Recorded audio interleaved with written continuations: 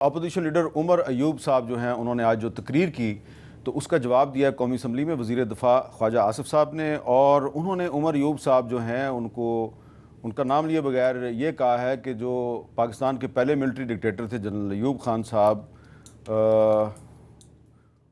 बड़ी सख्त बात की है ख्वाजा आसिफ साहब ने कि उनको कब्र से निकाल के फांसी दी जानी चाहिए। लेकिन सवाल ये पैदा होता है कि जब जनरल परवेज़ मुशर्रफ साहब जो हैं वो पाकिस्तान के सदर थे तो उस वक्त बहुत सी जो पार्टियां हैं वो उनके आगे पीछे भी फिरती थी, उन्होंने उनसे हलफ भी ले लिया था, कैबिनेट का हलफ भी ले लिया था। तो शेख वक़ास साहब, वैसे ये एक आप नहीं समझते कि उमर अयूब साहब के लिए एक मुश्किल काम है कि जब वो जमहूरियत की बात करते हैं तो उनको जब आप ताना देंगे कि तुम तो जनरल अयूब खान के पोते हो तो मुश्किल तो होती होगी। मुश्किल है, ये ज़्यादती वाली बात है। देखें, उमर अयूब साहब जो हैं वो इस वक्त के प्रोग्रेसिव पॉलिटिशियन है और उन्होंने अपना रास्ता खुद चुना है। उनको आप माजी के ताने देने की कोई ये बेतुका काम है। और ख़ुसूसन ख्वाजा आसिफ साहब के मुँह से ये काम इसलिए अच्छा नहीं लगता कि ख्वाजा साहब के जो वालिद थे वो जनरल ज़िया-उल हक़ की शूरा के मेंबर भी थे और चेयरमैन भी थे। जिस वक्त जनरल मुशर्रफ से ये पीपल्स पार्टी और नून लीग की कोalition गवर्नमेंट ने वो लिया, हलफ लिया वज़रा ने, तो काली पट्टियाँ बात तो ड्रामा है ना, काली पट्टियाँ बन के बंदा तो कबूल है काली पट्टियाँ नालू हराम जड़े हलाल हो जाएगा। सो ये गुफ्तगू अच्छी नहीं लगती। मैं ख्वाजा साहब के इन अल्फाज को करना अच्छा होता कि अगर वो साथ बैठे होते। हाँ। और बैठे होते तो फिर गुफ्तगू का मज़ा भी आता। मगर मैं सिर्फ उनको ये याद दिलाऊँ कि जनाब की सियासत जो थी वो भी जनरल ज़िया-उल हक़ के दौर में कैसे गुजरी, क्या क्या उहदे आए, और फिर आगे जब आप मियाँ साहब के साथ थे तो मियाँ साहब कौन सा कोई जर्नैलों के बगैर आगे आगे थे, मियाँ साहब कौन सा कोई फैज। इस मुल्क की हर पार्टी फ़ौज के गमले में से निकली और हर दौर का हर लीडर का एक एक जर्नैल रहा है, इसलिए इस हमाम में सारे नंगे ऐसी गुफ्तगू ना किया करें। अच्छा वाडा साहब, ये बताएं कि आपको क्या लग रहा है अगले 2-3 महीने में पाकिस्तान में सूरत-ए-हाल बेहतर होगी या बेहतर नहीं होगी? देखिए मीसा, अगर आप पॉलिटिकल परफॉर्मेंस की बात करेंगे तो पॉलिटिकल परफॉर्मेंस पे तो मुझे कोई चीज़ नज़र नहीं आ रही। मुझे जो सिर्फ progressive light in the tunnel जो है वो SIFC है, उसकी प्रोग्रेस में देखता हूँ, उससे मुझे नज़र आता है कि अभी तक SIFC ने क्या अचीव किया।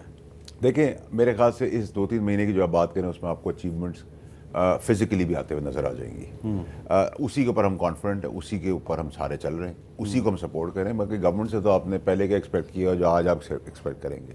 Government is irrelevant for me to ask कि वो कोई चीज़ों को किसी आम आदमी की किसी चीज़ को तकलीफ़ को करेंगे, वो ठीक है, एंजॉय करने दें, आखिरी इक़्तिदार है। ये जो शहबाज शरीफ साहब की हुकूमत है ये रेलेवेंट नहीं है आपके ख्याल? तो मेरे लिए तो सर पहले भी कभी रेलेवेंट नहीं थी, पहले आखिरी इक़्तिदार है, एंजॉय करने दें। मैं क्या सवाल करूँ इनसे? ठीक कह रहे हैं, आखिरी इक़्तिदार। आप इनसे इत्तेफाक करते हैं? मेरा तो ख्याल है कहानी नदी मुक्की हुई है। फॉर्म 47 पे कब तक बैठेंगे, कहाँ तक बैठेंगे? और जो इनको लाए हैं हमारे भाई, ये उनके लिए भी लाइबिलिटी बन गए हैं। और ये रिकॉर्ड बताता है इस मुल्क का, हिस्ट्री है। जदों भी इस्टेब्लिशमेंट देख कर रहे हैं तो कोई बह के आया ना जी भाई साहब, और वो लाइबिलिटी बन गया। डेड वेट साथ लेके कोई नहीं चलता होता। डेड वेट का मतलब मुझे ये बताएं कि ये आपको क्या लग रहा है अगले 2-3 महीने में पाकिस्तान में हालात ठीक हो जाएंगे? सर, ये जो मैंने आज कश्मीर में देखा है ना हामिद भाई, मुझे तो ये बड़ा खौफनाक है।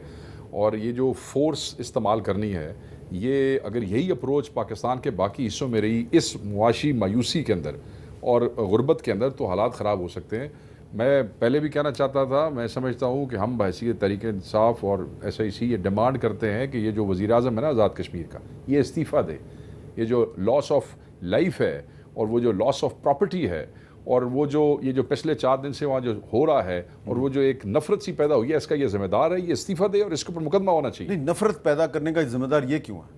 सर, पॉलिटिकल आदमी का काम है चीज़ों को रिजॉल्व करना बैठ के। हाँ। जब आपकी सारे आपके मेंबर कश्मीर असम्बली और आपके वज़रा इस्लामाबाद में बैठे होंगे, हाँ। कौसार में, उधर जल रहा है कश्मीर, उधर बंदे मर रहे हैं, आप उन्हें पुलिस और रेंजर्स के रहमो करम पे छोड़ के आगे आप यहाँ इस्लामाबाद में अय्याशियाँ कर रहे हैं, तो फिर क्या होगा सर?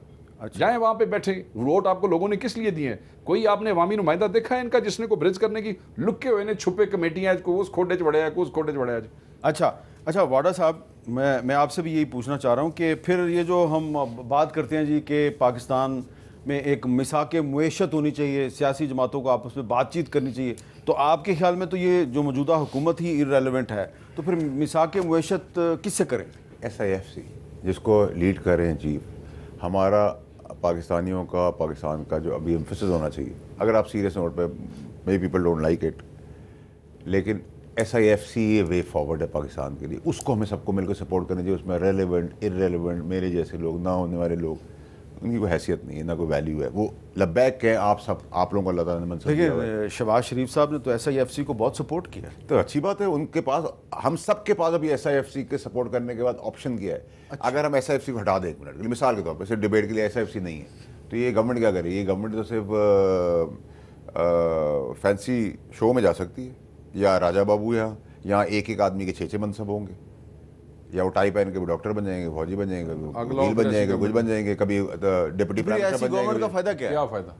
क्या फायदा ऐसी गवर्नमेंट? सर वैसी गवर्नमेंट का क्या फायदा हुआ और ऐसी गवर्नमेंट का फायदा हुआ? गवर्नमेंट का कोई फायदा ही नहीं है। मैं तो खुल के बोलता तो हूँ। फिर की चाहते हो तुसी? मैं तो चाहता हूँ कि जी आप एक प्रॉपर नए लोगों को आने वाले चांस दें। कैसे? आजाद लोग। फॉर्म 47 पे सर फॉर्म देखे, अगर उसके लिए फॉर्म 97 बनाना पड़ता है ना, आई डोंट नहीं no, sir, as long as you give others a chance. Faisal भाई, ये जो वो पुराने कैसे लोग हैं ना, नहीं एक्सपायर्ड लोग, नहीं। जो चल फिर नहीं सकते, खड़े नहीं हो सकते। you are not for ठीक है? democracy? ठीक है, I am for democracy, I am not too democratic, I am being very honest. इसका मतलब क्या? आज डिफाइन करें इसका मतलब क्या सर है? मुझे बहुत तो आज सीधी तक बात समझ है ना, थर्ड वर्ल्ड कंट्री में जिनकी 100 साल की हिस्ट्री ना हो ना, वो टू डेमोक्रेटिक ना बने। 100 साल गुजरेंगे फिर डेमोक्रेटिक पूरे बनेंगे। अभी इतनी फाइलों के साथ आप बैठे में कैरेक्टर लेस लोग पहले ही बैठे रहे, आज भी बैठे हैं, आगे ही बैठेंगे। They not acceptable.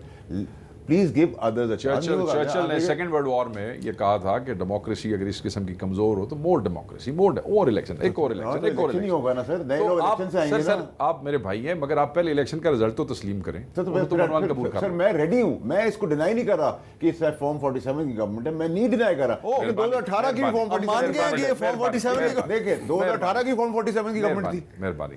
ठीक है, मैं जिस गवर्नमेंट का हिस्सा मैं था जब फेडरल मिनिस्टर ही बना, उसको भी हम फॉर्म 47 को यूज और कर रहे थे। 2024 नहीं था उस समय, वो जो एक और सिस्टम था वो बैठ गया था। 2024 की गवर्नमेंट भी फॉर्म 47 की गवर्नमेंट। 2024 की 45 और 47 के बीच में आएगी। ये 46 तो उनका- बेहतरी होगी, अच्छा, उम्मीद है। उम्मीद है। हाँ, बेहतरी तक चल पड़ेंगे। तो अब आज फैसल वाडा साहब की गुफ्तगू सुन के आपको क्या लग रहा है? सर मुझे तो ये लग रहा है कि फैसल वाडा साहब दिल से हमारी स्ट्रगल को सपोर्ट करते हैं, मगर जब दिमाग से सोचते हैं तो ये समझते हैं कि उसके लिए कुर्बानी बहुत देनी पड़ेगी।